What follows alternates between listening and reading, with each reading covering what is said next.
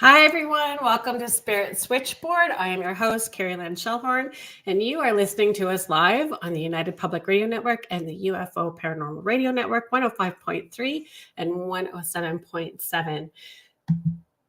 So, Happy New Year, everybody. You know, we're starting off the new year. I'm a little stuffy still. I've been sick for the last few weeks, so you're going to have to bear with a little bit of a stuffy nose and raspy throat. I'm really excited about this first episode of 2024. I have Michelle Desrochers joining me today. For those of you who don't know Michelle, this is going to be a fabulous introduction to my friend and colleague. So Michelle has been professionally and actively researching the unexplained and successfully working in media for the past 2 decades, with her area of study focused primarily in the paranormal, specifically on malevolent hauntings and attachments. She is highly versed in many subject matters within her field, and as an extraterrestrial experiencer has expanded her knowledge to include UFO and other areas considered high strangeness. As an international public figure, she is often called upon by the media to advise, create, and consult for television and other related media. She is co-producer to the very popular radio show The Outer Realm, to which she co-hosts with her friend and teammate Amelia Pisano. She has a passion for old world, ancient history, and architecture, to which she is always and continues to excel in. Combined with her love of travel, not only did it lead her on an incredible journey of exploration into locations that she has always dreamed of visiting, but it opened doors to venture into locations that others have been denied access to. She considers herself to be an explorer of all that would be deemed otherworldly, and she credits her multitude of fans with the international community, which she continues to feed her drive for her answers. We just welcoming Michelle to the show now. Hello, Happy New Year. Happy New Year to you too. Thank you. Did this icky miss your house? This icky Oh, cold? yeah. Yeah, we've been really lucky. Well, That's so good. plus, I mean, if I even so much as get a bit of a scratchy throat, I just like chug back the Manuka honey. I thought for sure the honey didn't do it. Oh no, Nope. no. We're Vicks on the very bottom of my lucky. feet didn't do it. No, we're really lucky. Honestly, even last year, the only cold that I got came from like little man. Little man Yeah. decides to just like give me a big kiss, and then I was down for 3 weeks. Oh, Thank you for that. yeah, and honestly, from my granddaughter, she brought it to the house for sure. It's that age bracket. She's 3, It so is. it's what they bring home from daycare and school, right? Oh, yeah, it's beautiful. And then we just like suffered. Of course, we don't breeze through it like they do. Uh-uh. We're like down for weeks and they're just like down for hours or days. I know. It was crazy. I wanted I mean, you and I are both from Northern Ontario, and I've been thinking about that a lot today when I was thinking about the show and what we were going to talk about. And there are so many um, intuitive mediums, experiencers from Northern Ontario. Mhm. Can we talk about that? Oh my gosh, Northern Ontario. I mean, for years, I mean, I come from a family, of very gifted people. So I was very fortunate to grow up in that environment where I wasn't told not to talk about it. I wasn't told, you know, like basically I was encouraged, not discouraged. Oh, that's so So good. yeah, it was a really big thing because I was seeing all kinds of stuff. But because of that, also, my mom had friends who were mediums, so I was introduced into the world of mediums fairly early on, and we would hear about other mediums and so on. Even though, even as a young adult, I never went for readings or anything like that. But the experiences, there's something about up north. I think Mhm. it's because things are more quiet, especially back then, without aging myself too much. Back in the day, Right, but we're not. I mean, we're very close in age, and so but I don't consider that old. I don't feel I aged no, I don't at all. either. But I don't um, yeah. But like we I did don't- grow up at a time where it was more quiet, it was quieter. and you would I found we would just experience more because Yeah. the population was smaller, especially where you were out. I mean, we were considered to be more of a metropolis, and it really wasn't that much. I know. I know. We would, because I remember being snowed in for days at a time, waiting for the plow to get to us. So it Right. was days at a time that we would be snowed in. But Yeah. I didn't know if it's that whole northern shore. There's so much energetic. It's powerful. Powerful is always the word that I go back to. It's the It is. rocks, the trees, Yes. the water, everything about it just Yes. has an energy to it that's. But you spent time in it. I did Mhm. too. But it was safe back then. Like I remember Oh, yeah. being 8 or 9 years old and climbing way up to the top of the mountains behind our valley, and I would see wildlife. I would see bears. I remember sitting down eating an apple, and on the neighboring mountain, like just literally, which wouldn't have been hard to get to for me, was a wolf, a big timber wolf, and it was just sitting there Yeah. staring at me while I'm eating this apple. And I pitched over, part of the apple when I was done. It's like it was no big deal, No. you know? And it's just like, but It's very different. But I think I don't if it's the land, if it's relaxing into it, because breath plays such a big part of it, right? Like does. it connecting into our intuition and Mhm. trusting. It's that mind body connection. Yes. So the more that we breathe and relax, the more we can hear and feel how You climb a mountain, you're sure Yeah. breathing hard. Yeah. Connecting. full breath for sure. Oh yeah. Oh yeah, for sure. I don't am know. connected. Yeah, but it does. It helps us relax into it for sure. It does. And you know what? I don't know about, I'm sure you were, because out your way, there would have been like many of them, but I could connect easily to like elementals. You were aware of their presence, like earth spirits, like they were everywhere. And I also think because of the large indigenous community Yeah. throughout the North, the belief system was different. We're just more relaxed about things, and I have that, also like in our lineage. And like we're just taught not to be weird about things like that. It was a natural thing to be around. Yeah, that we're interconnected with everything, the Yeah. land, the animals, Everything. all of it. Yes. Yeah. So I love My that. grandfather was intuitive as well too, and I that wasn't ingrained in me though. Like it wasn't something that was a part of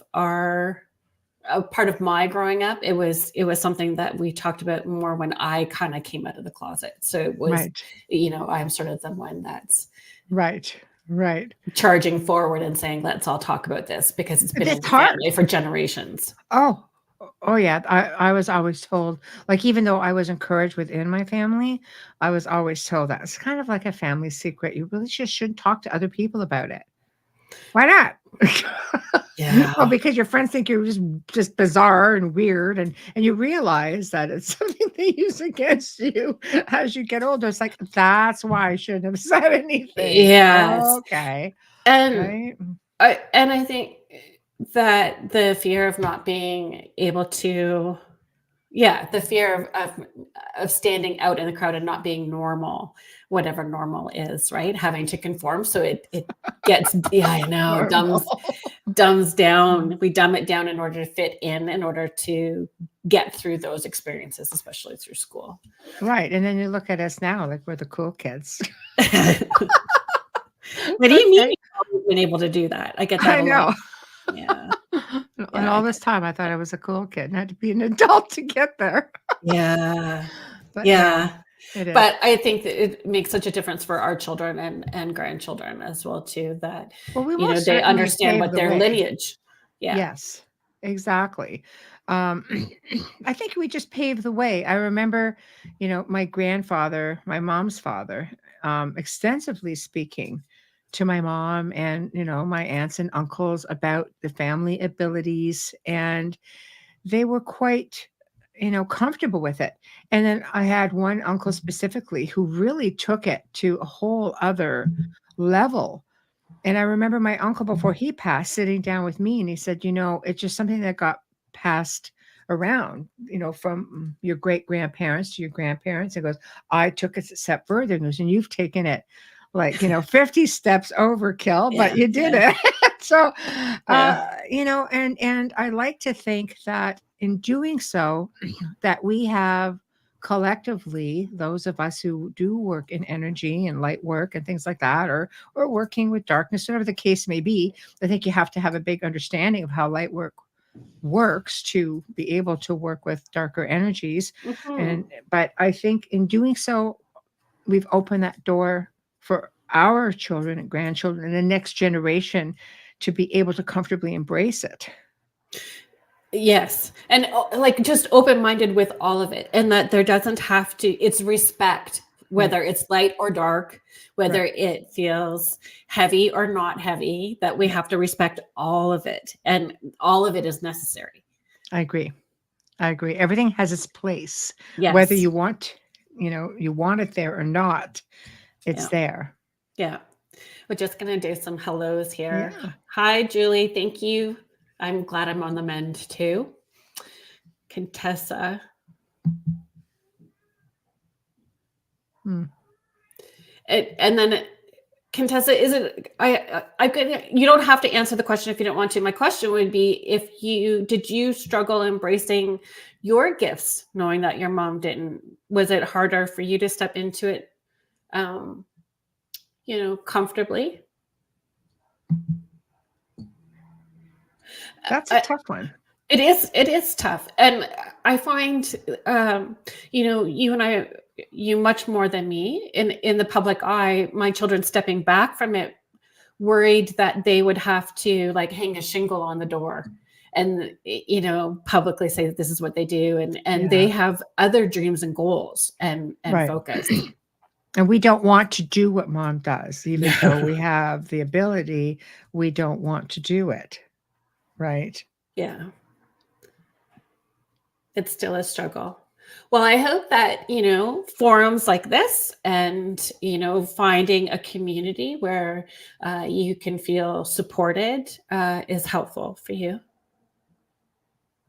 I think that's part of it. I find in doing things um like paranormal television or ghost tours or public events, which we've both done, Yeah. um, if anything, it's helped people to have an understanding of what it's about and that it's okay to come out and talk about it. You can do a ghost walk, for example, or a public, paranormal event. I'll use paranormal, in this case, but you are among friends. You are among other people who have the same interests. It's a safe place to go and communicate how it feels and get other people's perspectives. And when you see Yeah. television, a lot of the stuff that I've done, like Paranormal Survivor, for example, are just that people telling their stories.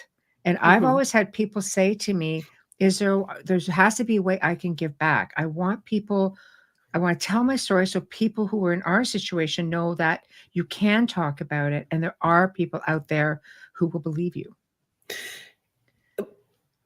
Yes, it's so important in finding people because we want to feel validated. Yes. And I think letting go of, or learning to let go, which is really hard, of needing our story to be the same as somebody else's story, Yes. because it doesn't have to be in order to be accepted. Right. It's okay that our story may be different or we have different experiences. It doesn't mean that it's right or wrong or it can't be We're accepted different too. people, right? Yes, Yeah. in letting go of the comparisons. Yes. I agree. Different people will have or see things differently. Their perspective may be different. Their experiences may be different. It doesn't make one less validated than the other. And we don't know everything. We'll never know everything. Exactly. We No just will such not. thing as experts, people. Remember that. It's true. It We can is. we can deep dive down that rabbit hole and and never hit the bottom. Right. So Exactly. Jennifer is just saying my grandma read tea leaves. I loved when she would do that for me. I love that as well. That's a really probably one of the more original forms of mediumship and sharing mediumship is tea leaves. I think that's great. That's what my great grandfather used to do. So See?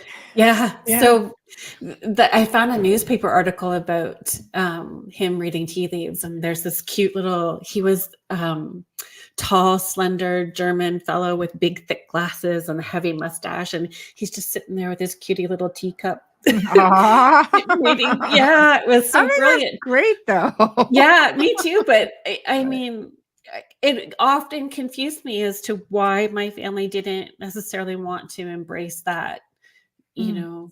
for me. So I think, helping, um, letting my family also see that a community can be built where it's Mhm. acceptable and it's a little more normal, it's a little more public, Mhm. whether we agree with all of the paranormal shows that are on TV or not. They've been long lasting, so Yeah. there's something that's resonating for people too, whether it's the people that are just coming into it, so it's a good landing spot Mhm. until they become more consciously aware and outgrow it. Right. The last 20 years has been huge in progress in letting people find communities I within the paranormal. and I think it's important because, I mean, technically speaking, it's like we go full circle. Hello, Wayne. We go full circle. I mean, if you get into a lot of ancient cultures, this was not something that was out of the norm. They would use, oracles and seers for advice. I mean, kings would go to oracles and, Yes. and for advice. And this was a big thing. Shaman, everything, very well accepted. And in many cultures still are. But somewhere along the line, it became a faux pas to believe in it, to discuss it, to practice it, everything. It's just like everything just comes around. Maybe now we're finally making that lap back around where it's like okay to talk about it. From my perspective, it's a little more okay to embrace religion and spirituality and paranormal, like that we can have our toe in all of those and it doesn't have to be Right. so separated, because it Because doesn't it's need to be it's all separated. out there. Yeah. Hence exploring high strangeness. It's not just paranormal. I think paranormal is just easier for some people to swallow, to a degree, than anything else. I've So had people say, "Okay, I can do ghosts, but I can not do aliens." It's like, okay, and that's I'm all like, right. I just can't wrap my head around that. I have always, even when I was young, even when I was really young, I was like, well, why not? Right. Why can't there be? Because if I believe this, then why can't this be a possibility? Well, I don't think people realize that they actually go together because I'll tell you, I've worked with like hundreds of people over, last 20 years. And I will guess that half of them that started out being paranormal ended up that half of them also were contactees or Mhm. experiencers, abductees. They were having paranormal events because of their extraterrestrial experiences. Yeah, I had somewhat of a public meltdown this summer Uh-oh. over all of that. Uh-oh. Uh-oh. It's like Yeah. Kerrilynn has a meltdown. It was not, well, meltdown's probably the wrong word, but it was definitely an existential crisis for sure. It Right. was like, Why do I want to know? Why do I want to know more about this? it was, I think, I really do believe that. I mean, you were definitely how this podcast all started for me, right? You were the one that said, "Why don't you have a show? Come on, let's do I this, know. and I'll help Kerrilynn, you come and out." play. I Yeah, know. come and play. Can And Kerrilynn come out and play? Yeah. and I feel, Yeah. everything happens in divine timing with a divine reason, and all of those little um little and big experiences that I had led me to this moment, and in having guests, certain, and then researching for guests certainly got triggered, and memories came right to the surface that Mm. we're having to process as far as alien um uh That's how it contact. happened for me. Yeah. But that's how it happens, right? You start thinking back and you realize, wait a minute, what was that experience really? Exactly. Yeah. And then it just goes from there. So we're just gonna get hi Allie, thank you for joining us. Diane, Adrian, thank you for making it here. I just want to pop this up from Wayne as well too. Because ghosts were once human, and so we can relate to that idea, and even if we don't fully understand it. However, when you introduce aliens, it's difficult because that takes out the human. Yeah. Takes you out of the human box. I can see that. I can see that for sure. So when you hit your head in the basement, Wayne, divine purpose could be stay focused on your work, stay grounded in your body. No, We can always find a way to twist it. I know. He hits his head and goes, thanks. Looking up. Who are you thanking? Do you want to share that? Read it for our audio listeners? Yes, thank you. Contessa is just sharing, growing up, I never wanted friends over because of some of the weekly rituals my dad would do, sprinkling holy water in the rooms, burning frankincense on Fridays to clear out the bad energy from the week. My friends wouldn't understand any of that, but the adult me now wouldn't care what they thought. Right. I agree. Some of those traditions would seem a little bit obscure for people, but I mean, it makes to me, I would look at your dad as being really wise. Yeah, exactly.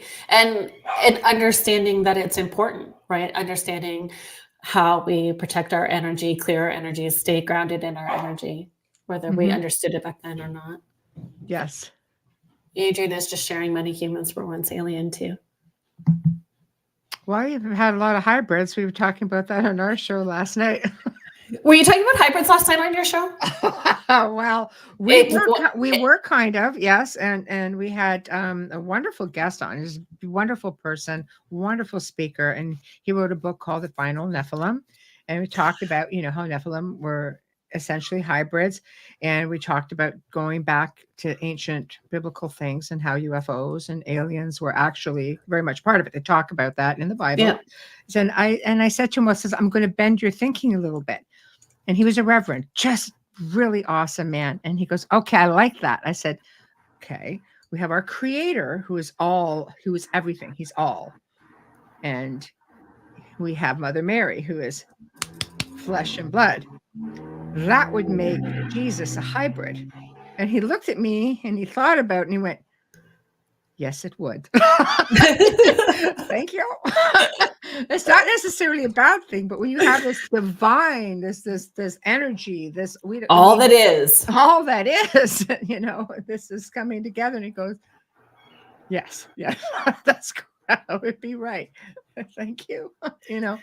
So yeah, I mean, it on different levels. So when Adrian says many humans were once alien too, I'm thinking pretty much many, yeah, at least hybrids. Can we define high strangeness? I think high strangeness for me, for many, just in research in general, it just shows a blend of things. It's bringing together things that may go from, taking in a little bit of science, a little bit of historical stuff. Then you've got high strangeness, which is things like extraterrestrials, like paranormal, and Wayne. And, it's just a mix of things that maybe are not so easily explained. Cryptozoology, we know that that there are, we talked about that a little bit last night. We know that there are creatures here, animals here, other beings that may or may not have originated here, that just seem like out of this world, or maybe they were just here for a really long time. Maybe they're using portals, maybe they're whatever it is, it leaves a question mark. Yeah. And it's out there. I've had remote viewers say, "I saw a dragon. I want to see a freaking dragon." Have you not yet? But you've seen things that I haven't seen, but I have definitely seen a dragon. Gargoyles. These are gargoyles. all things I've that seen actually gargoyles, but I've seen gargoyles around you. You're not wrong. There's a story not for public ears, but Yeah. yes, I definitely do that. Yeah. Yeah. Several of them. So, Yes. so yeah. So you see, there are definitely, that is high strangeness. Yeah. That is definitely high strangeness. Just things that are right. I've always thought of high strangeness as, taking the weird and amping it up. Like taking weird and adding steroids. It's like Right. when it's like extra. Supercharged. It's supercharged weirdness. Yes. And yeah. I like that. The stories that you tell at the very end of the campfire. Yes. Late at Or night. throughout the whole night.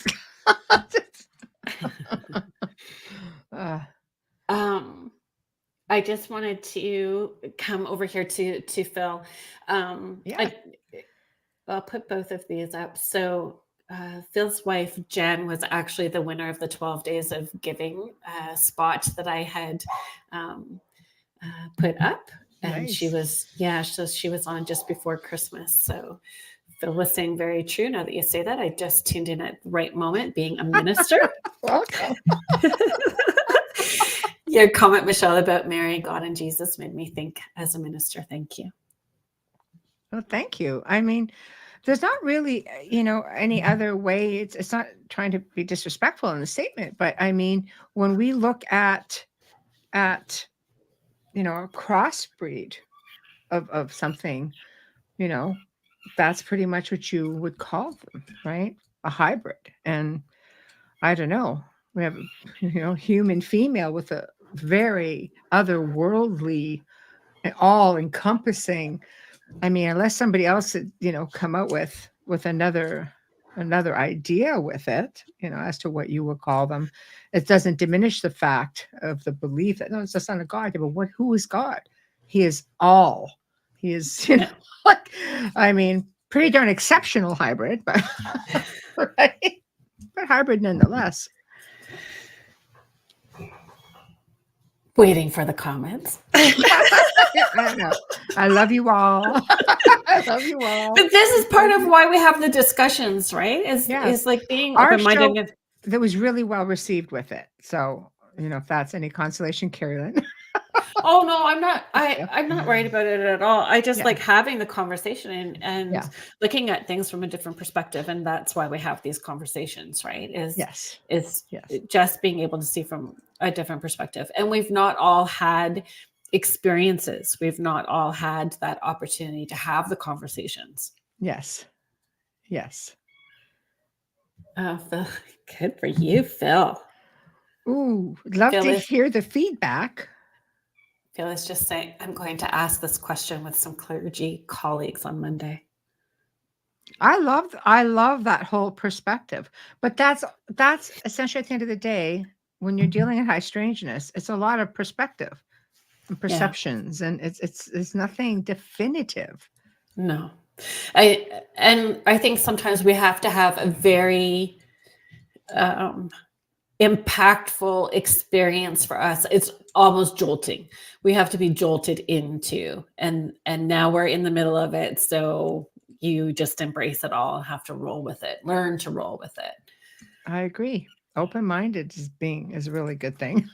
So Contessa's just saying, so aside from seeing spirits, you have also seen dragons and aliens and other beings of sorts. Yes. Yes, and yes. Yes, yes. Yes, aliens especially. Yeah. We're just going to check. Yes. Hit the checklist to all of that. All of the above. And of sorts, sort of, I would think would, because there's some things I don't know what they were. I think interdimensional. I think things come in and out. This planet is littered with portals, natural vortexes, ley lines. Ley lines have been named the highway of the dead, right? They just shoot that energy out, and what comes Stratford, Ontario. Burlington, right? Is Burlington on? Is it at an intersection? City Mm, Hall intersection. We used to have people from City Hall come on tours, and they would tell us the most incredible stories.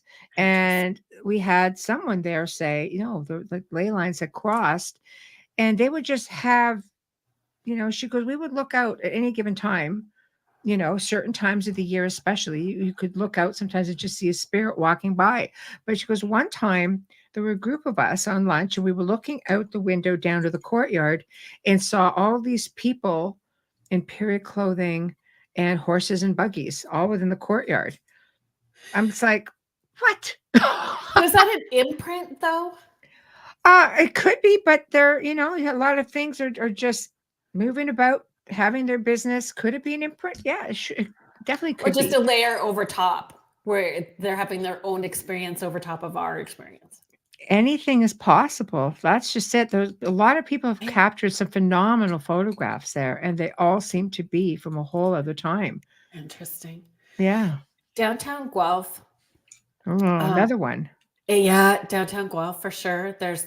I can't even explain it, but there's, it has to be a portal door because it's just what I saw. A gargoyle-ish creature Mhm, jumping from rooftop to rooftop. mhm. And I was not on drugs, nor was I drinking. Right. Just so that we're making sure that we're clear with all of that. Yeah. Oh, yeah. Well, there's a lot of theories with those too. I mean, you just have to think of Spring Heel Jack. And there have been a lot of people who have, especially Dundas, Ontario. I've had at least 2 reports from Dundas, Ontario, where there was something, especially in the wintertime, that was springing atop rooftops, and then they would jump into the snow, and they were hoof prints. Mm. Goat man. Spring Heel Jack looks like little impish things, right? There's some high strangeness for you. Yeah. Mm. I yeah. That doesn't scare me. Then I just start looking more. I It just, know, but it's still kind of cool though that this is happening. yeah. But Dundas is a really old community, also. Like, We're really getting old community. It's like I Campbellville, goes back to the darn 1600s. let me just sorry, Yeah, Todd. go ahead, go ahead. Yeah, yeah, Let me catch up here a little bit. yeah, of course. Todd Helka is asking, may I ask what a ley line is? It's an energy line that crisscross the planet. You can actually see maps Underneath the of them. ground. Yeah, all underground. In fact, it's believed that UFOs and extraterrestrials use ley lines to be able to navigate. There are a lot of well, most ancient places were built over top of ley lines and places where there's natural vortexes because of the energy that's there that they were able to either harness for meditation or for portals or all of these. A lot of ancient sites like Stonehenge, for Yeah. example, go back to Tepe. You have the pyramids all over the world. In fact, these are all power spots.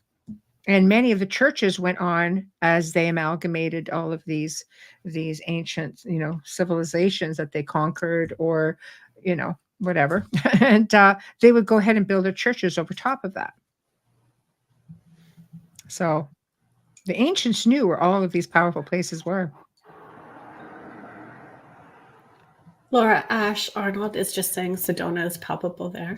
I promise you it is. There's the Red Mountains there. There's the Sedona Vortex there. There's a lot of UFOs. In fact, next week on our show, we're having a guy who does he's the go-to person for all like the tours and UFO CE5s and everything. He's the guy that everybody goes to for filming, things like that.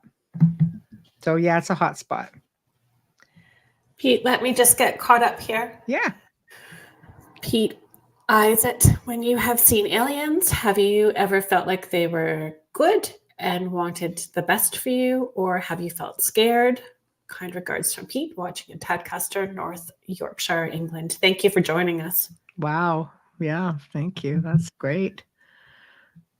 Well, I mean, do you want to take that one? Or yeah. We both can. Yeah. We both can.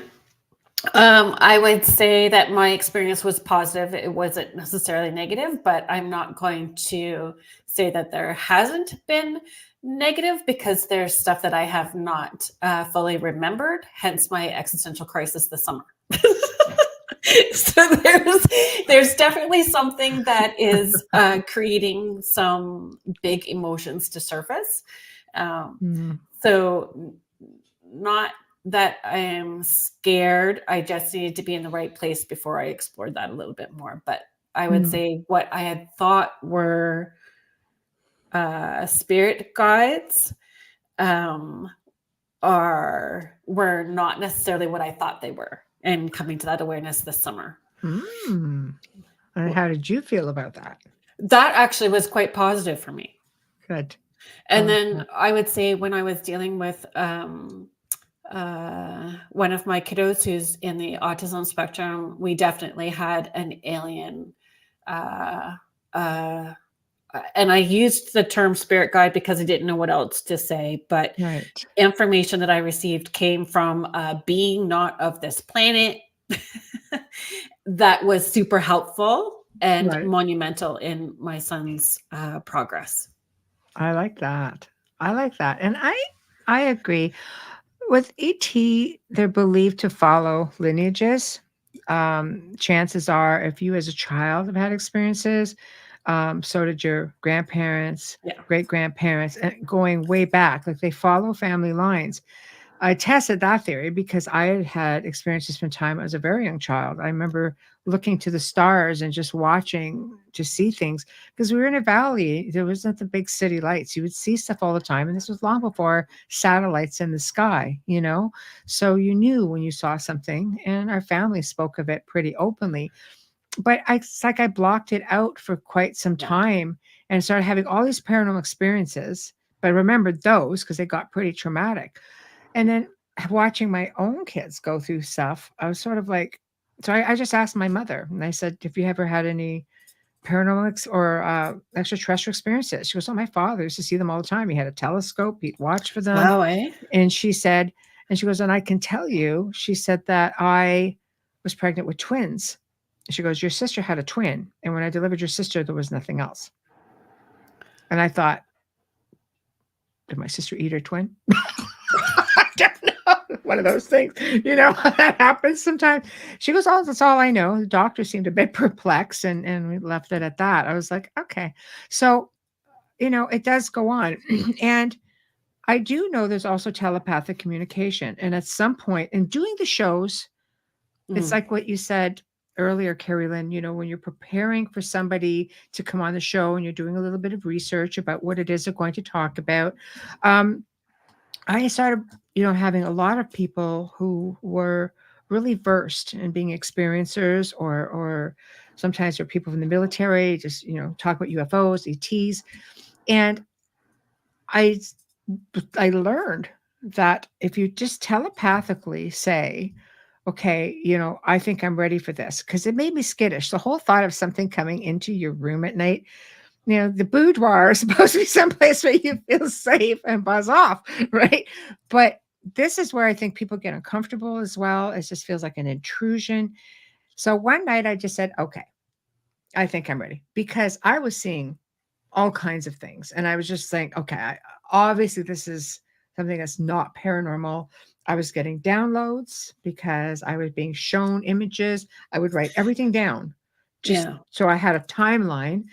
And within literally a week or so, maybe a bit longer, this big flash of light came bolting through the front window and hit the mirror and bounced right back out. I can go on about just the experiences that were happening at the manor from that point onward, where I was said, okay, whether it was during the day, whether it was at night. But the telltale for me was when I was preparing to go to sleep one night, I was looking over and awake, fully awake, and I look and there's a gray standing beside me. It's so close I could almost touch him. And I just remember you're all brave in the daytime. Yeah, I'm all ready to go. I looked at the thing and I rolled over and I went, nope. Not today. I didn't feel threatened, but I just didn't want to go there at all, actually. You know, so not a scary thing per se. I mean, once I realized they were there a lot, But I that finally also just said, let me shows, fall asleep. I don't want to take me while I'm right. sleeping. So that also shows free will. Yes. Yes. And I didn't feel, it was my own mindset that if I was on edge, it was my mindset because there was nothing realistically in all the experiences that I have recollection of, because I This is have recollection of being on a ship. I have memories of it. I'm going, where is this? Where does this come from? It's only happened a couple of times, but it was enough that I knew it was there. And then, I've had someone on the show one time saying, oh, I remember you on the ship. I'm like, shut up. No, you didn't. So, it's a denial thing. But I don't remember one way or yeah. another. A little bit of denial is where I was at in the summertime, for sure. Yeah. And I had a ball of light experience like that as well, too, that shot. It was in the bedroom and it was 7, 9, 11 years ago. Wow. So there you go.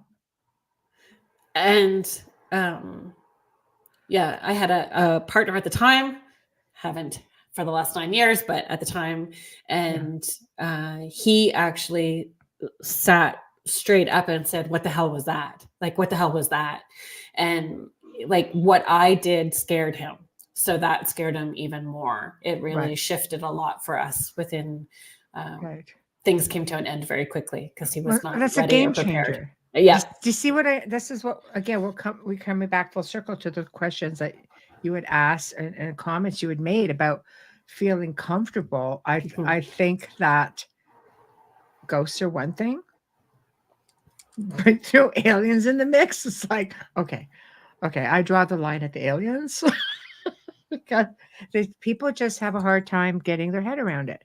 It goes outside maybe of their comfort zone, their religious belief system, whatever the case may be that makes them feel that way. Maybe they're experiencers themselves. And do you think the media plays a factor in that? Movies and how, yeah. I think the media plays a part in literally everything, whether it creates interest for you, whether it creates fear for you. And of course, you have the news and talking about disclosure and pumping that up and all these little blips of, oh, it's a TikTok video. You know what? There's people with their camera phones that could do better than that. Stop it. But now they say they are being more transparent and releasing more information. So the United States is the last one to really be on board from what I've read with disclosure. And as far as I know, they've retracted it now. They don't want to do it. But there's a lot of people pushing for it. And one of the first countries to do it, believe it or not, was Russia. Completely. They just released all kinds of their Air Force files with experiences. Some countries like Brazil and France never stopped being transparent. Well, about some things, but at least they were giving their people something, I think as a teenager and moving into high strangeness and UFOs and aliens was I guess late teens. Skinwalker Ranch and reading about Skinwalker Ranch and what it was before they called it Skinwalker Ranch. Yes. So, paddle mutilations and there not being any blood and cryptids and all of the stuff that happened there. So that was, there was a creep factor, but a definite interest. Oh, there's something drawing me to this. But I think it's because it has a mix of everything we've talked about. Yeah. Skinwalkers, I mean, they've been seen in Canada even. Like they're oh, yeah.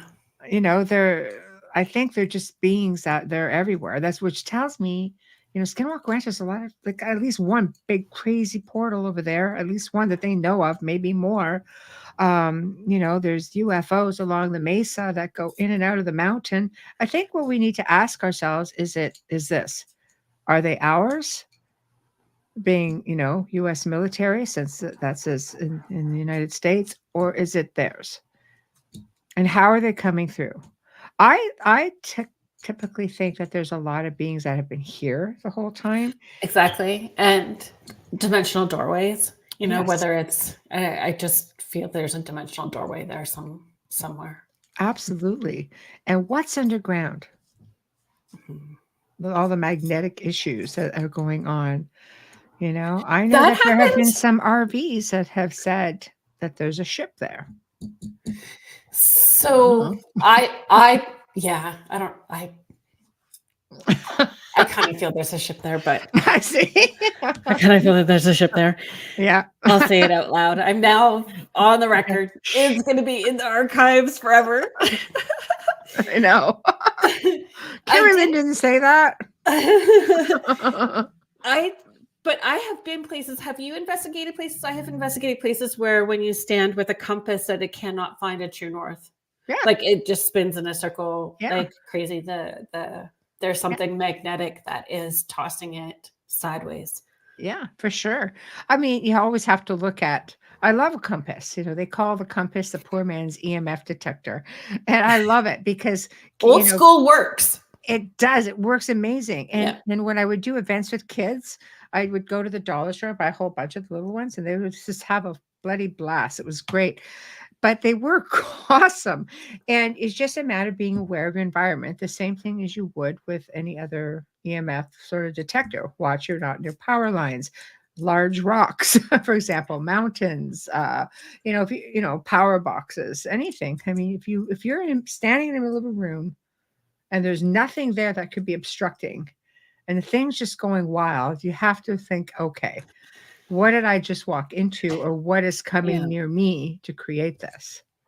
And there's a cemetery in Niagara on the Lake that does that as well too. Like Sure is. your cell phone goes crazy, doesn't magnetic shuts everything off. Anything with power off, it's a crazy experience is. in the middle of the day, like at noon after lunch. This stuff is At happening. any given time. But Niagara-on-the-Lake is dubbed, Canada's most haunted town. Is it the most haunted town? I didn't know that.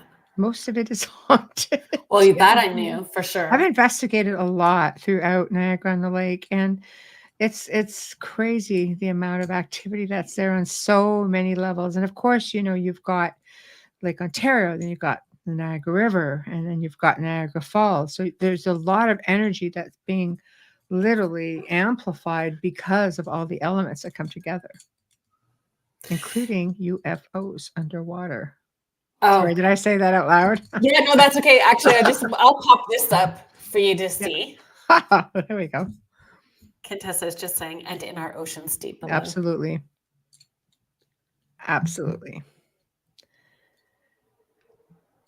Sorry, I'll just pop this up as well too. Contessa's also saying, I have always thought that our universe is so big that it sounds crazier to think that we are the only ones who exist. I feel there are many, many beings in our universe. I agree. It's just where people get, sometimes people get kind of closed-minded about the planet. And I think, we're most certainly not the first kick at the can here. Technology has already shown that there are ancient settlements and civilizations that go back millions of years. So, other beings that were here before us, my guest from last night says, yeah, angelic beings were here before us. So there's something for everybody with respects to ancient civilizations, but they've already proven hands down that Göbekli Tepe, which is, they found one place that's even older now, but was already at that point over 10,000 years old. And they have that in stone. They've got it. They can, go back and check that. So we know there's more there.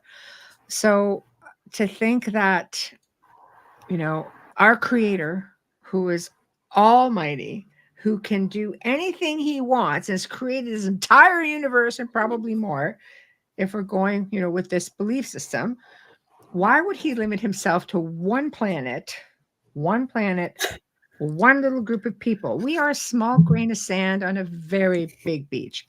Yes, Turkey. Correct. So, I don't know. I was like that. I'd be creating stuff all over the place. You know? And watching how it all plays out.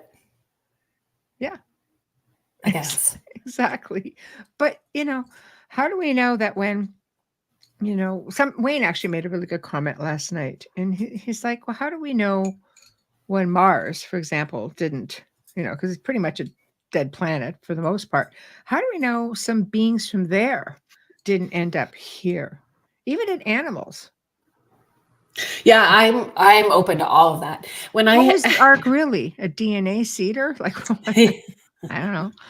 I had a guest on again, but let's do it. Yeah, I had a guest on who talked about, that animals reincarnating as humans, others like dinosaurs vibrating off the planet and going to another planet and reincarnating at other planets, that we can reincarnate as animals. And I had not opened up my thoughts to those possibilities. Or had that experience in a session where there's like somebody coming back as an animal or anything like that. I've just heard that. Had that experience. I've heard that too, that we can incarnate, or they can incarnate in any body they want. I've heard that we can incarnate on any planet we want. Like, it doesn't have to be necessarily our planet. That's what this guest was saying as well too.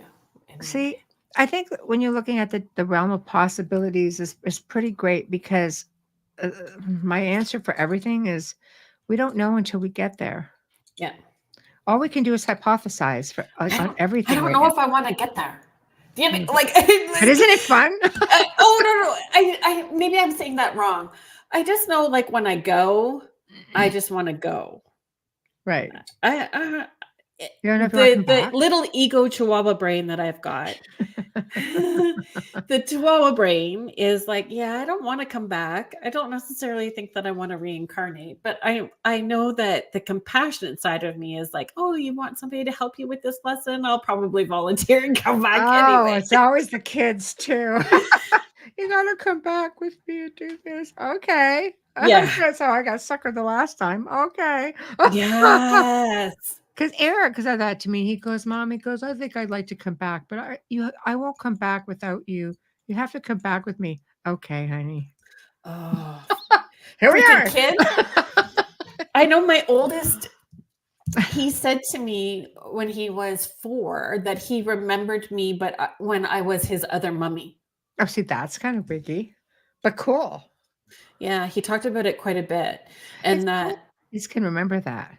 Oh, he has said some very wild things for sure. He has said some wild things. All of them have for sure. But he definitely, and I remember once we were living in New Brunswick at the time, and we were driving from Oromocto into Fredericton, and the boys were 4 and 3. And my oldest says, "You don't have to be sad when we die." I'm like, okay. Yeah. Are you having this conversation? It's like, we'll just go back to be with God. And I was not a God person. Church, don't even know where that was coming from. And he's like, Ryan and I were friends in heaven before we came here, and we decided that we were going to be brothers, and we chose you to be our mom. Like, right. Oh my goodness. Lovely though. Oh, I do too, but I was like, yeah. What kind of mom do I need to be to support this? You know? Right. We get pushed into remembering who we are so that we can support them. Yes. I wish I could have more recollection on my own. Like I've worked with so many gifted people through the last couple of decades, and I've had regressionary stuff done and that go way, way, way back, as well as more recent times. And, my daughter and I was just like, oh no, she was your mother last time. That explains everything. Right. I think that my daughter was too. And yes, I did cord cutting with her, and I was very vocal. We are doing cord cutting right now for all times that you were my mother, for all times that you were your sibling's mother. Right. All directions, all dimensions. Daughter's like, I'm the boss. No, it's me. I'm sure of it. Crazy. Wayne is just saying, I was duped. I should have read the fine print. Yeah. That's Yeah, so good company. funny. I know that we had chatted a little bit before. Zero recollection for this guy. Can't recall what I had for breakfast. Sometimes that's okay. Sometimes I think we don't recall, and it's just for our own self-preservation until we're at a place that we can remember things. Mm. And, for the right, if we're going to go with divine timing and divine purpose and all of that. Right. Eventually, if it's meant to make its way, it usually does. Always. It always does. If you are just joining us, thank you for being here with us. You are listening to Spirit Switchboard. I'm your host, Kerrilynn and Michelle, and you are listening to us live on the United Public Radio Network and the UFO Paranormal Radio Network, 105.3 and 107.7 out of New Orleans. And on the show, I have with me Michelle Desrochers from the Outer Realm. Thank you for joining me today. Oh, it's a pleasure. Thanks for having me. I is super appreciative. I have to be honest. I was like, this is the first day that out of like the last 3 weeks where I've really felt somewhat healthy. So I was so glad to be hanging out with a friend tonight. And I love it. I knew we'd have fun because we have fun whenever we talk. So yeah, I know originally I had when we were chatting a little bit before the show, and I was thinking about where we could go in conversation. And talking about high strangeness was the high strangeness and how it gets introduced to us through media, through movies and television, and even for the little ones where it starts in animated movies. I don't know. Did you watch Gargoyles? Did you see Gargoyles? I love Gargoyles. It was so good. I watched it as an adult with my kids. Yes, me too. And Avatar. Yeah, I love Avatar. I'm a cartoon fiend. I love cartoons. So Wayne, you're here participating in the conversation. So we could also talk about Hotel Transylvania. Oh my God, I own both those movies. Because they're just fun. I love them. They are fun. And oh my gosh, they have everything is in there. You've got Frankenstein, you've got werewolves, you've got vampires, you've got, everything. What's not to love? I think it's great. Contessa's just saying, me too, cartoons are great. And I think it's a way of introducing that folklore into mainstream and slowly, yes, pulling out some truth about that high strangeness. I agree with you. I think that they start off really young, but let's face, even as adults, we can watch cartoons and go, yeah, I could see that being a thing.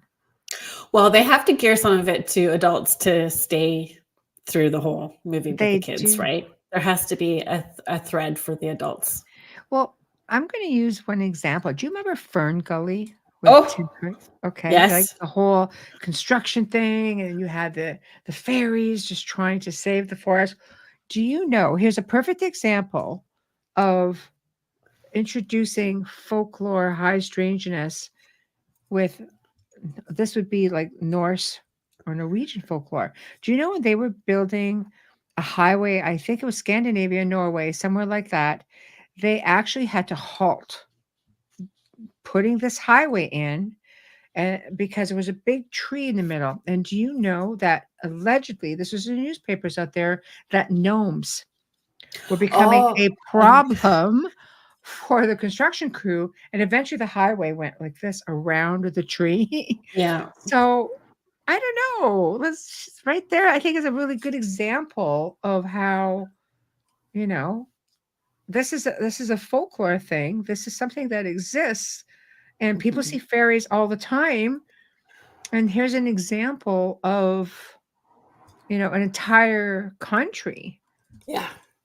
Who does that? Just stop the whole construction of this highway until we reach a deal with these gnomes. And that's also like municipal government. Like it's government saying that this highway needs to be redirected for this reason. Right? You would do it for an endangered species, but gnomes. So I don't know. I think a lot of movies and different shows of the nature, especially cartoons, starting off really young, because you could get away with more in a cartoon, right? Because especially if you're just trying to ease people into it, even adults, you could get Yeah. away with it in a cartoon more so than anywhere else to ease people into it. Cindy's just saying even Paw Patrol, the pups all had crystals I to give love them it. their powers.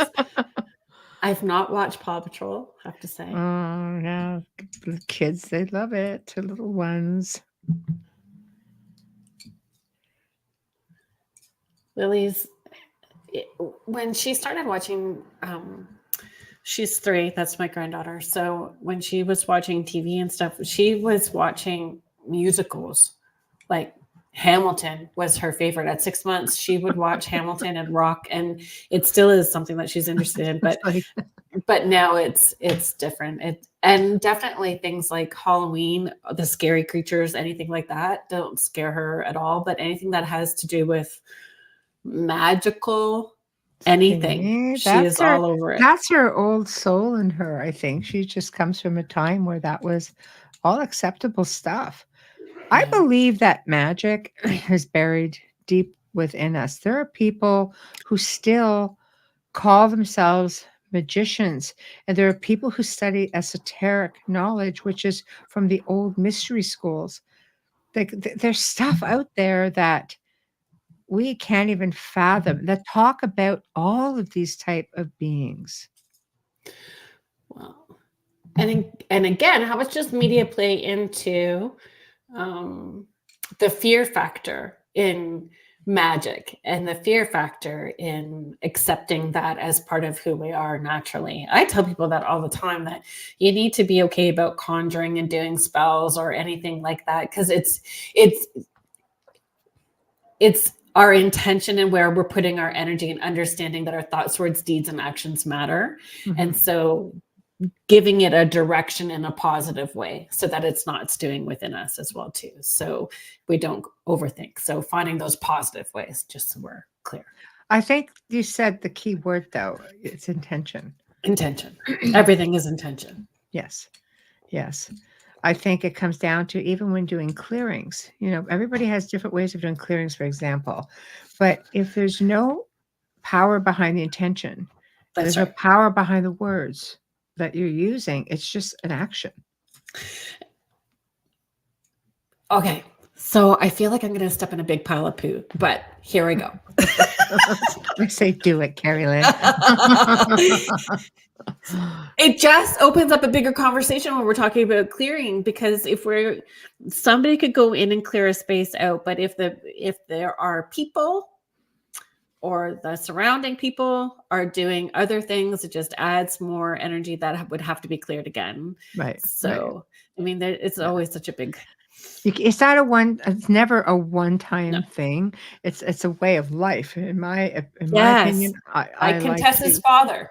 Yes, exactly. That's exactly what it is. But he believes in what he's doing.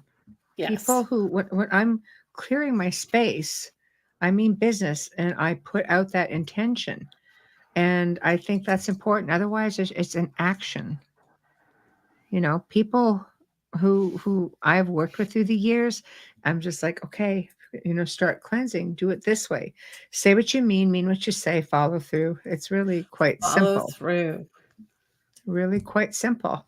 But I think television and movies have opened up doorways. When you're looking at a lot of these horror movies, for example, I'll use the Conjuring series, based on, a lot of these shows are based on real life events and really embellished, because in the end, all they want are the ratings.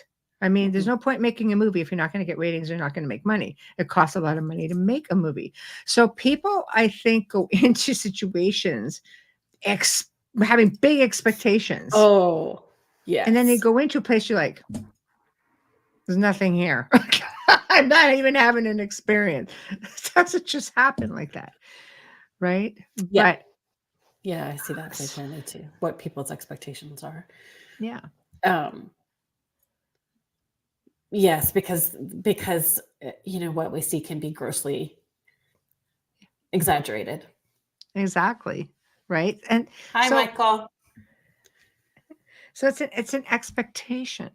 I think that's what media creates, and it generates fear. People like to be scared. A lot of people really love that fear factor. They like that, those shock type of Mm. horror movies. I personally am just like, "Oh, who's falling down this time?" Yeah. You're running through the forest. You can almost predict who it's going to be, Oh, yeah, yeah. But and So then you laugh. Like for me, the fear shifts really quick to laughing. Like yeah, I end up laughing out of it. yeah, But yeah, I was so, you know, when we were preparing and we were talking about high strangeness, and I had tossed this idea at you about talking about movies and folklore and high strangeness mhm, in movies and how they can take something that mhm. has story and popping it in. And um so vampires was one. So Wayne, I was thinking about you as well too. So like Yes, Hotel Transylvania, yes, and What We Do in the Shadows. We had talked about that just yes. just before as well too. So But you see, um, that takes a different edge. That it some of the does, things that you're mentioning are actually lighthearted, which yeah. is kind of cool too. And I lean towards that, like in Hellboy. Right. Oh boy. Hellboy, first Yeah, one, not the second one. The yeah, first one. But yeah. I mean, at creatures and interdimensional beings and Yes. gnomes and pixies, and we can go to Harry Potter as well too. I mean, it doesn't matter, but Yeah. um, yeah, the tooth fairies, you know, Tooth fairies. I mean, if we go back, okay, so there's a lot of different movies out there. Let's use fairies, for example. and Fairies were fairies is the nasty. key. Yes, They and were but not nice. mhm. They were And were some of the fairies aliens, not necessarily fairies. Like fairies got blamed for all kinds of things, like stealing children in the night and being mischievous. mischievous. And could they Yes. have been aliens at the same time? Yes. Mm. Yes, I do. I think that fairies on an average were questionable. They weren't as cute as Tinkerbell, but even she had a really big attitude. She was very sassy. But I believe there is a big belief system that vampires and werewolves and fairies, and like if you go back in ancient folklore with the Fae, they used to walk among men and they would help. They were known to be able to help. The Druids believed that they would help people. They weren't, but they also could be really aggressive. So the thing is that people. The point I'm trying to make is people were used to seeing them back in the day, Yeah. 2,000, 3,000 years ago. People were used to seeing them. They were just another race of individuals that were said to go underground. And when the church, of course, had come in, The they church. they moved them underground literally, and they just started convincing people that they were evil. You don't work with them. You don't That's want to how be the whole around. story of Hellboy starts. See? It's how the whole movie is that they Yeah. got pushed underground, didn't want to be underground anymore. See? Right there. Have you seen Carnival Row? Yes. Right? Same idea. Fairies being pushed underground. They had to hide their wings. Dan So Dan Beeman is just asking about mermaids. I think it's the same idea. I think mer people, on an average, have come from the dark depths of our waters and our oceans. I think there's a lot there that we haven't explored. And there's a lot of, I'll just say this, there's a lot of crafts that come out of the water, Yes, there are. right? So, Wade is just saying what the church could control or destroy, they made fun of. What they couldn't, yeah, made fun of and minimized it. well, they amalgamated also though a lot of the cultural stuff and made it their own as well. They would just tweak it to be more along the line of their belief system, but they kept a lot of those things going, because it was a matter of trying to keep the people compliant and complacent. And over time, they would weed some of that out, you know? Wow. It's too hard now. There's too many people that are more consciously aware and tapped in the conversations. It's too hard to keep things quiet for any length of time now, because I agree. we access information so quickly and share so quickly that do you think people are more open-minded now too? yeah, I do. I think so too. I think so too. And I think those of us, actually, Michael, my friend Michael, that is hanging out in the chat, him and I were talking about this earlier today too, about we have a different attitude about not being concerned about what other people are thinking as well too. I mean, we care about other people. We still are compassionate, but we have, we give our power away less to those people who are going to minimize or try to take our power away by dismissing or discrediting what our truth is. Right. I think so. I would agree with that. I think that there's a lot that has been we're suppressed. They've kept a lot from us for sure on many levels. But the fact that people are open-minded leads me to this question. Is it because they want to know more? Is it because they have recollection of something more? Is it because, does it go beyond curiosity? Do they just want that change? They just need some answers of some sort, whatever those answers may be. And all of the above, who knows, right? And I think every family has someone like us in it. I agree. If you're lucky, you might have 2 or 3. And it's a party. Just pushes it all forward, right? Yeah. Contessa's just sharing this show could last all night and we still couldn't cover all the beautiful strangeness in this world. Yeah. And that's it. There's beauty in all of it, even the dark, which people don't always want to go to. They don't, but we have part of that within ourselves, our shadow selves. A lot of people do shadow work, and that's usually with themselves, getting to have an understanding of that. Like that's a really deep well to go down, but you should have an appreciation for it. Well, you can't be your whole authentic self without doing shadow work. Correct. And it is really understanding who you are on that whole level. And the shadow work doesn't have to be negative. It is a part of who you are, and you can't cut it away. But that's media again, right? So nobody really talks about that. They just talk about what comes out of the darn shadows.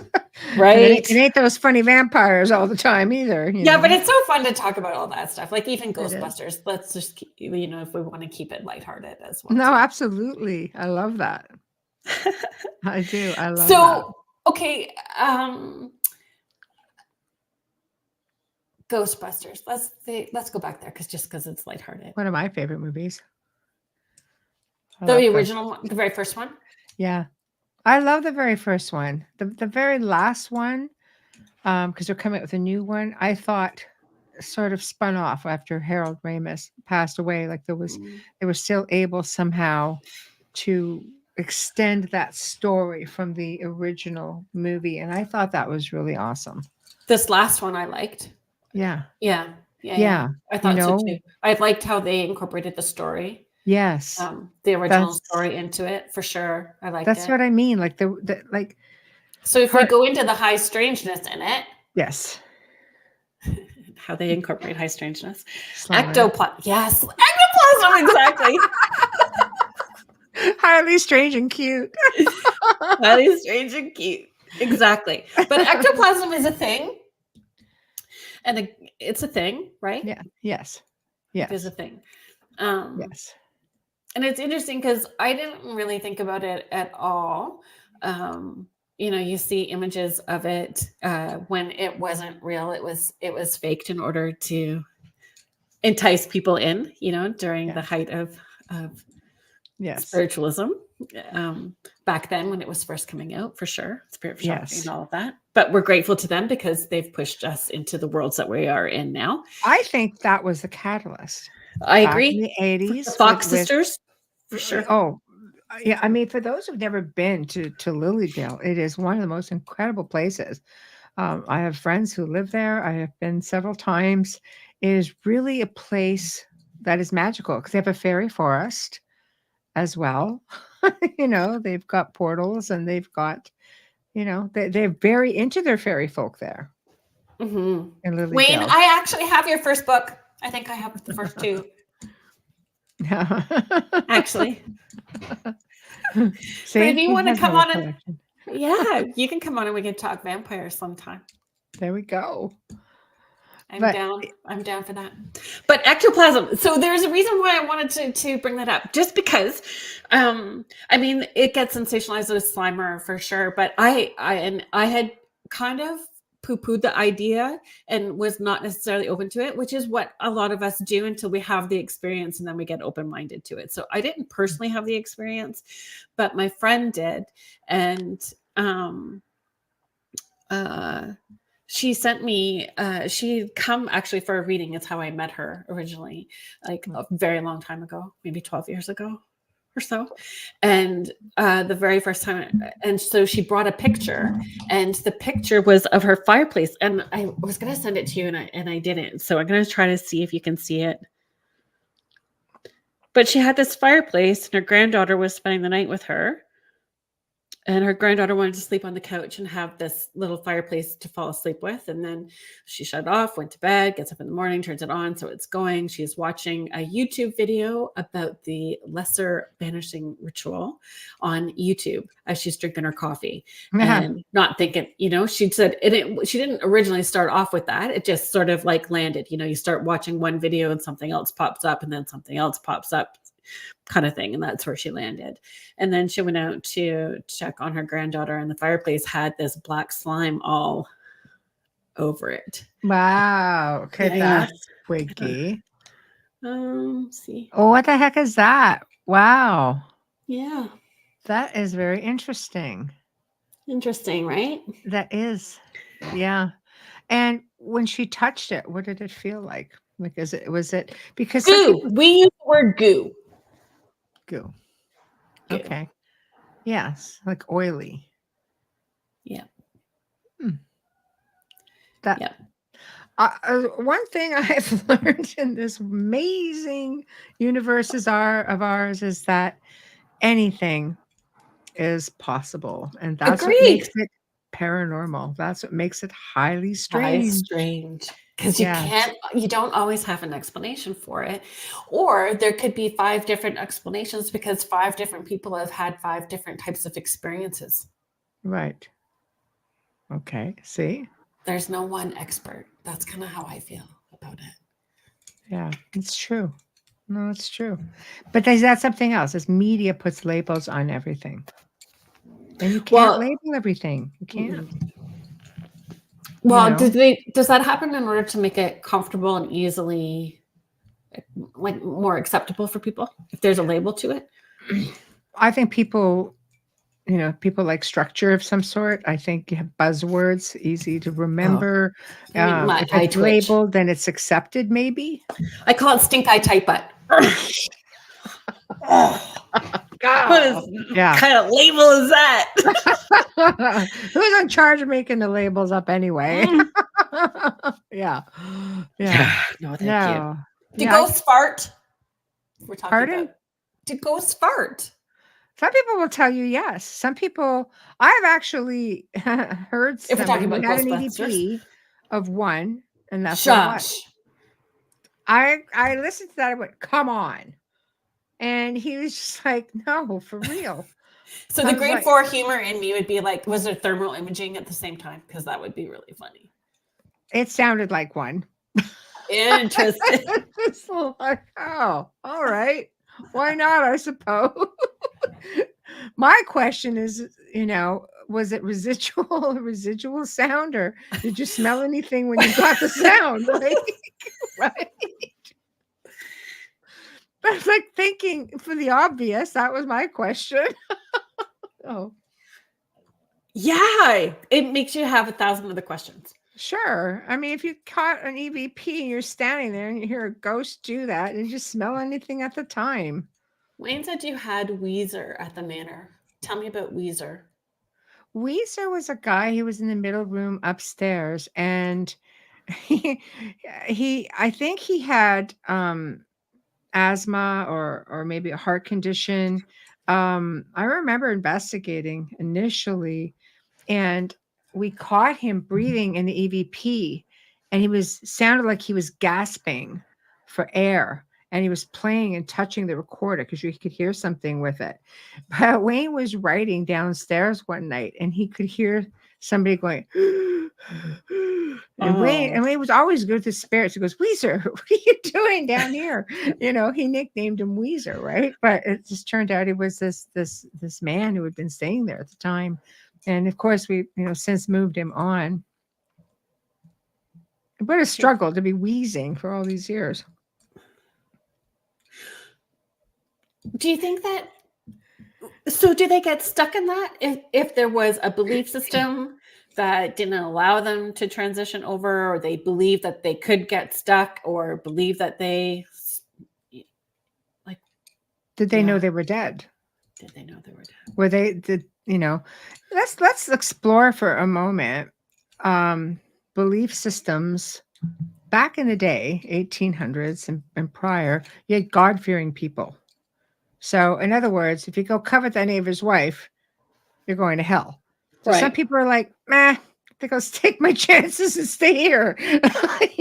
We don't really know. Unfinished business. We don't know we pass, sudden death. Like there's many reasons as to why, as to why spirits stay put. So could it be that he was just really attached to the place? He didn't know it passed. Did he die in his sleep because he was sick? Like, we don't really know.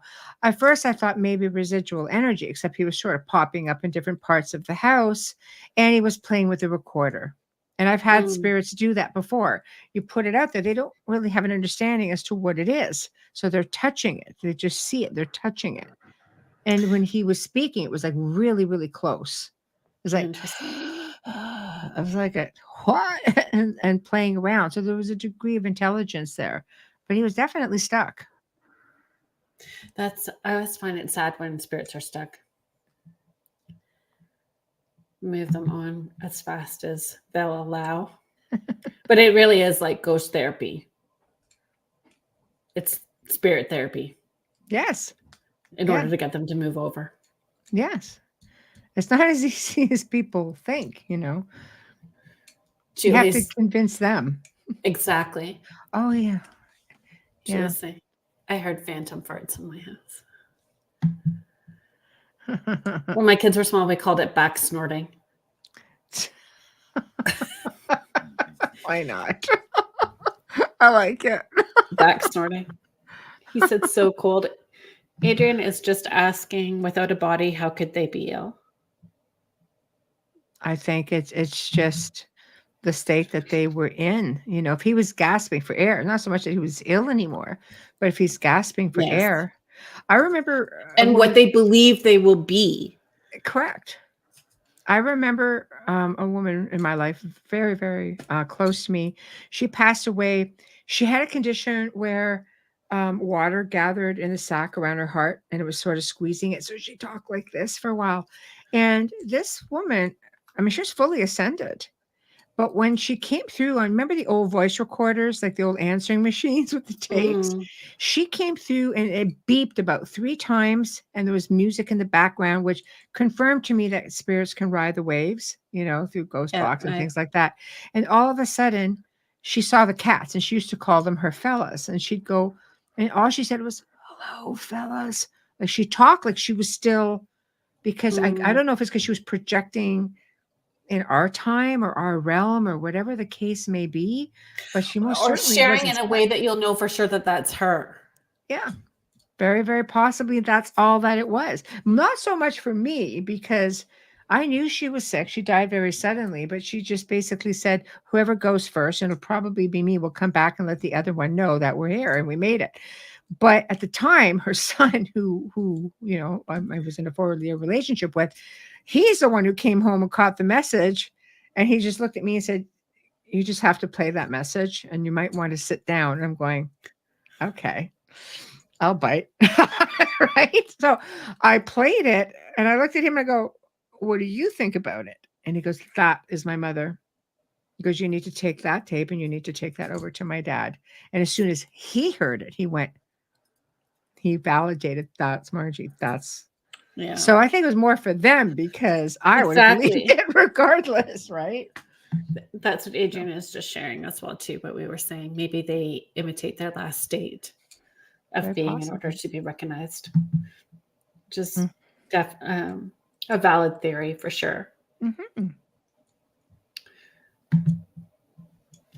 Cheryl is just sharing. I had spirits in my last house when I sold my house. The day I left, I opened my front door and I said, everybody out. I was afraid they would bother the new owners. Oh, did they listen? That'd be a curiosity. Well, I guess you didn't hear from the new owners. So it's all good. Right? But they're going to go where this little light of mine is. So if they're not being heard, they're going to go to the next light as well too, or just amp up until they are heard. Right. Yes. I believe that as well. She said some did. Adrian's just sharing spirits do give clues. They play charades as well. Yes, they do. Yes, they do. Wayne is just sharing Michelle had dark spirits call her house. Yep, they're all in recording. We've had some play music. We've had been all Adriana, didn't Adriana as well too? Boy, that was your vacation, not vacation, your trip. Yeah, that's when we were all in Romania, and yeah, that's a whole other show. But yeah, somebody got a little sassy and got followed home. We always razz her about it. So I never had problems. And I wasn't sassy. The one time she gets spicy, and then look what happens, right? I know. Like, why is it you have a problem? I don't have a problem. I was not salty over there. But I think if you're going to get sassy, then know how to correct it, or at least have somebody in your friend circle, right? Yes, exactly. But that happened. That went on for like 2 years. After that, that one had staying power. Oh, here we go. Contessa is just saying, did you ever watch the movie The Entity? I have not. And yes. Could that happen? Yes. It was actually based on a true story. And the woman who was being attacked by, they believed was some kind of an entity, went to a parapsychology group at the local university, and they did do experiments where they brought her to the university and tried to close it in and seeing if they could actually get it to attach. It was a whole series of things, but usually those type of entities are called incubus or succubus. In her case would have been incubus, and it's a very, very aggressive haunting and attachment. And when she left the university, it failed. It failed miserably, the experiment, and she lived with it like that for several years later. So it absolutely can happen. So did it just resolve it used as much energy as it wanted to and then moved on?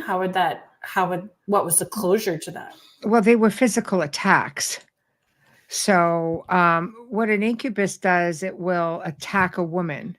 Like right, I understand that, but for that woman, how was their closure? I don't know that it was closure. There was just no more answers at the time with respects to anybody coming to her aid. So gotcha. I think it became lesser and lesser over time. It wasn't because this would happen in front of her children. Like there was no rhyme or reason. It would just happen. And over time it became less and less, but I don't know if it ever phased out completely. I never really followed it through to that degree. Right. Yeah. Right. If you haven't seen it, Kerrilynn, you should see it. It's really, Yeah, it's an eye opener.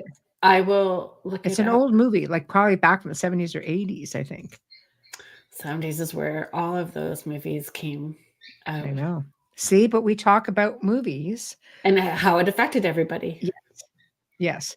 To me, you know how people went crazy over The Exorcist Yeah. and how, people throwing up in the aisles, you hear all this propaganda, Yeah. right? The entity to me was just as severe. Interesting. Yeah. Okay, now I'm really curious to watch it because I have my own thoughts about The Exorcist that may not be the same. Yeah, as it's a good everyone else. film. Cindy is just sharing. I read somewhere that it takes spirits so much energy to come back to our vibration. It's a lot of work for them to connect. Do you believe that idea? I believe for some spirits. For some. Yeah, for some. I believe it's very easy for others. I Yeah. believe some of our energy is older than others. Some of us got it down, some of us not so much. But yeah, it does take a lot of, to manifest. When I'm tapping in, if they're fully crossed over and they're just wanting to make an appearance to connect in, it's light and fast and clear. It moves easy. Yes. And when they are not fully transitioned over, it's like slogging through mud. It's Yes. heavier. It's just a totally different feel than when they're fully transitioned over. Yeah, I would agree with that also. Small Town Investigations. Hello, thanks for being here.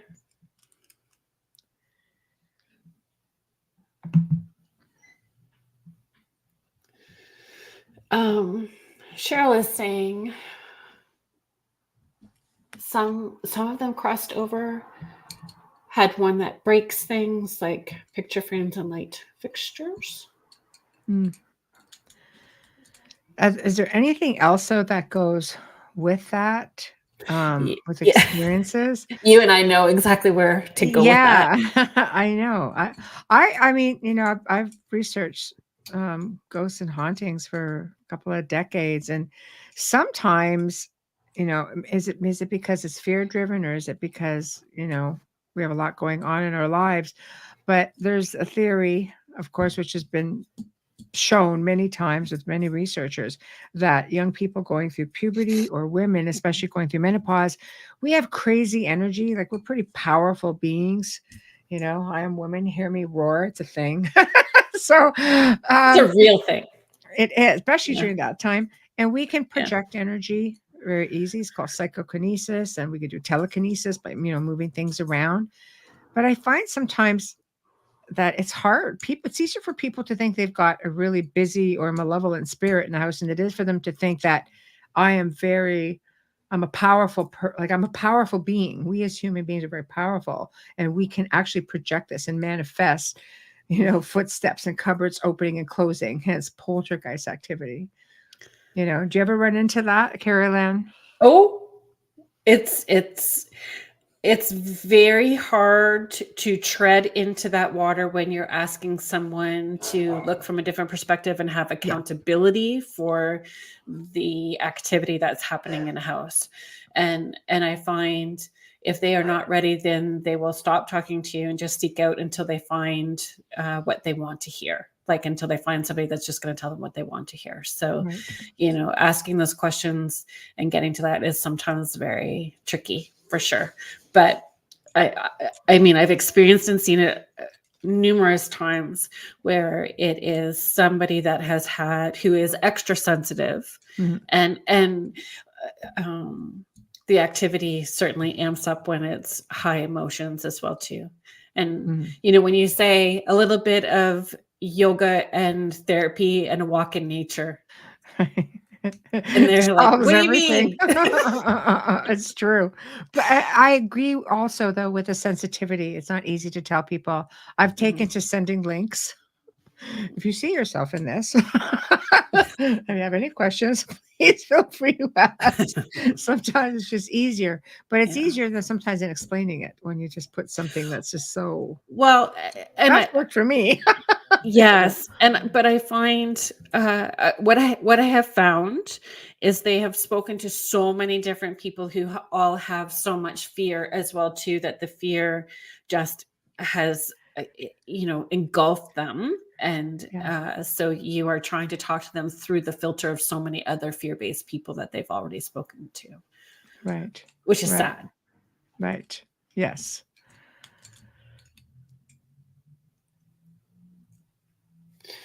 Sorry, we're just going to. Hi, Julie. So Julie Jean Bassett is just Julie was saying. on our show on Wednesday night. She is a pet psychic. Oh, I was just gonna. She's lovely. Yeah, she's an animal communicator. I just wondered. Yeah, Oh, I saw that you were having an animal communicator. I didn't realize it was that's Julie. her. That's Yeah. brilliant. And she's working. Shaman. Did she not just finish? Julie, you just finished doing a shaman Yeah. practitioner course I think. as well too. Yeah, I think she's got one coming up in March, I think, don't you, Julie? yeah. Sorry, there was something. Oh, this is where I was. Sorry.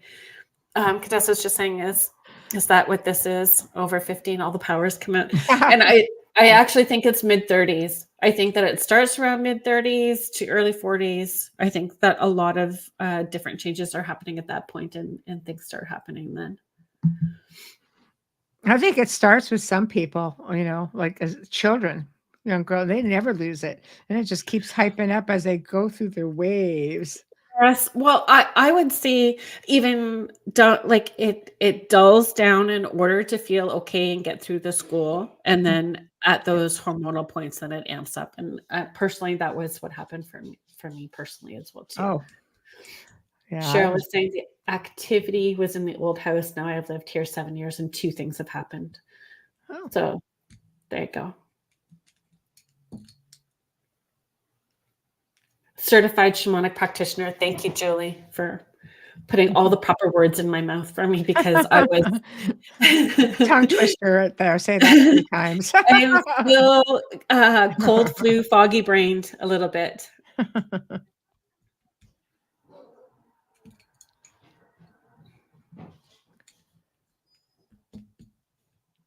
I'm not sure I understand that question, but how much time do we have? Because it's a whole other big conversation.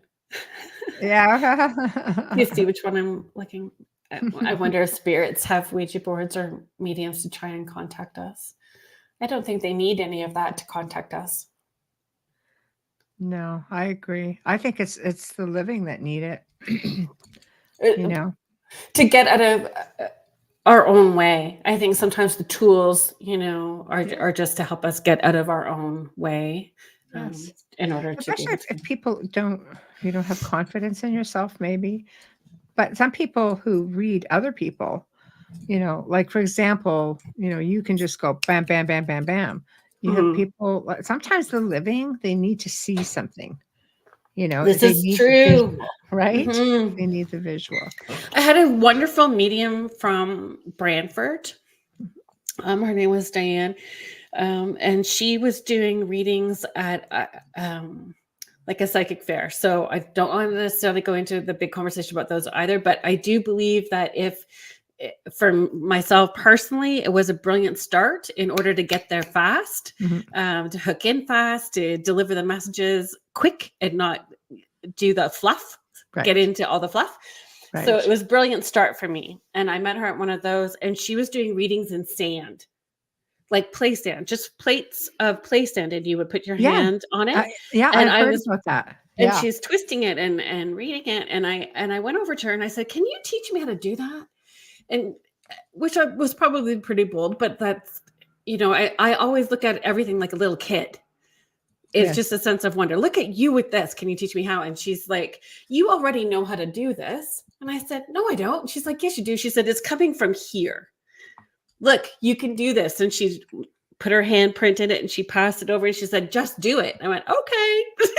And moved it around, and then it started moving and shifting and the information was coming in. So I agree. Like sometimes the person that's asking for it needs the visual, because we all learn differently, right? Some of us get the information visually and need it that way. I agree. I don't think her last name is Berkeley, but if I remember it, I'll post it up. Adrian is just saying I've met spirits who have more seasoned escorts, friends, and family that have gone before them. When I'm having to cross a spirit over, that's who I call in as well too. It's friends and family that went before them to help bring them over, which is helpful as well too. We kind of went all over the place. I know. That happens. I'm good with that. Oh, you know, like when we were talking about high stranges, the injured cold is like the first. Did I say that right? Injured cold. Is that right? Yeah, injured cold. Okay. Do you know what I'm talking about? Do you know what I'm talking about? I have absolutely no idea. Okay. This is all yours, Kerrilynn. It is a great rabbit hole. So they think that injured cold is a hybrid alien as well too. Okay. And he was Woodrow Derenberger. He was a sewing machine salesman in 1966, and he was stopped on the side of the road, and this blue lights, which he thought was a police car, was behind him, but it was a floating. I've heard this story, but yes. I don't know the name. Okay. Okay. Yeah. So the weirdness and the strangeness to him, I think this is where like a lot of the Men in Black stuff starts as well too, right? Right. Because he was dressed similar, and he had his hands crossed underneath his arms, but he wouldn't show his hands, and he had a permanent grin. So he's known like as the grinning man. And I always see images of like Heath Ledger as the Joker when I think of injured cold, because he had a grin, and his grin didn't leave when he spoke. And the questions were like, that would be wicked. What do they call you?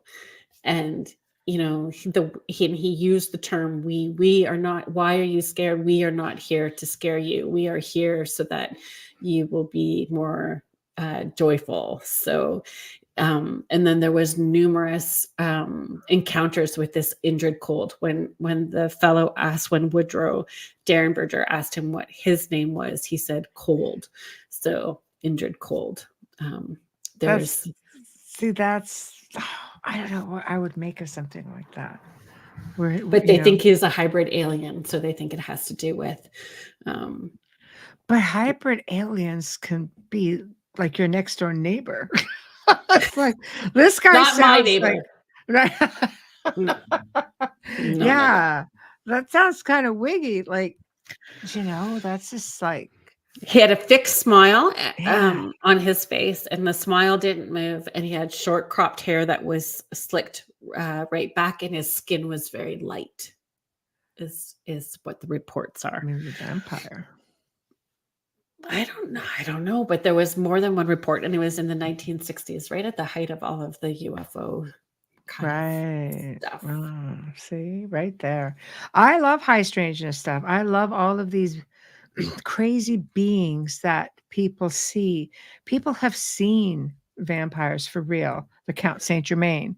This traces goes back to way like in the 1400s, all the way up until the 80s, where they believe he was in, you know, when he was in New Orleans. The same face, he never aged. Oh, see, and you know, Joe will tell all kinds of stories that there are places in New Orleans where people see like vampires. So do we manifest it because we believe in it so much? Are we putting that energy into it that we are creating it because we like all collectively? Yes. Yeah, like a tulpa, like Slenderman. Yes.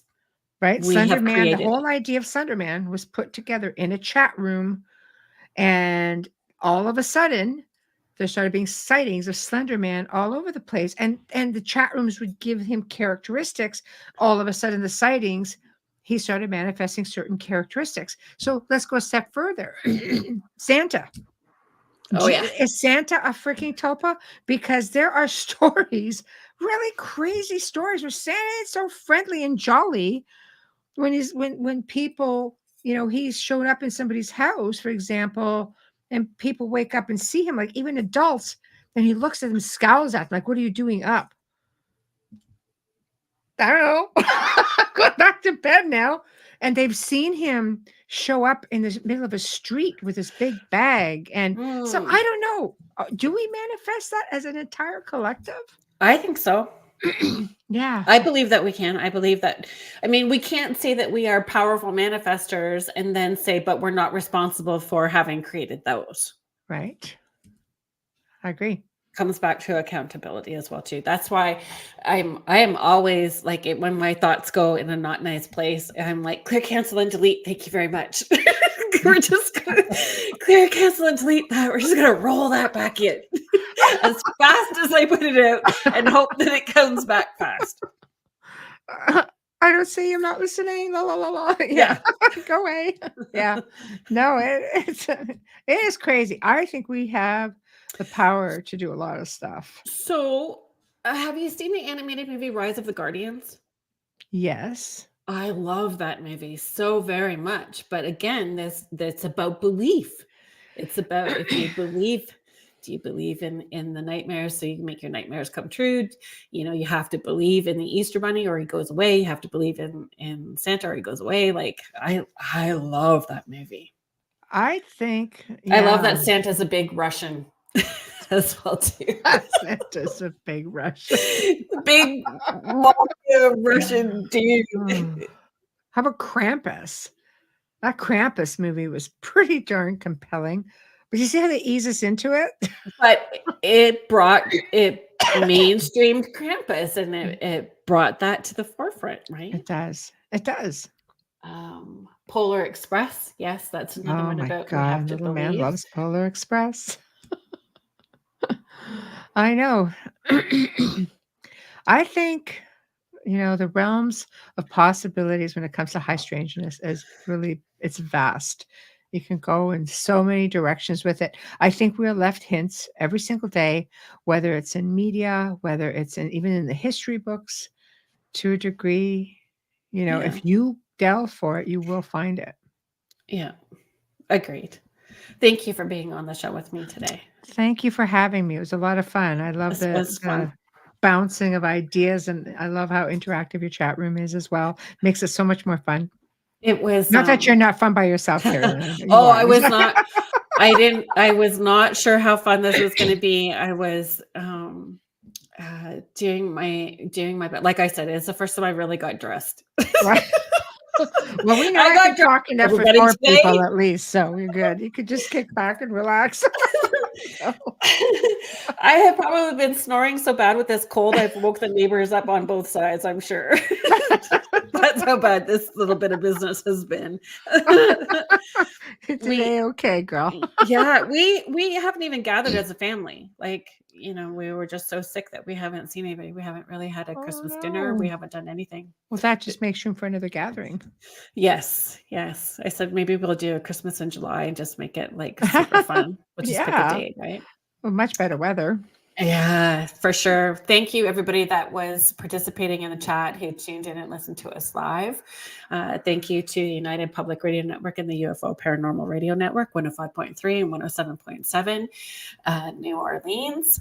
And next week on the show, I have Deborah Hackett-Jones, who is a medical medium, and we're going to be talking about all the Wonka energies that we've been feeling, like this illness, how lots of us have been going through that, and some of the things that we can be doing to stay grounded and move through this with a little bit more grace than ease than what I did.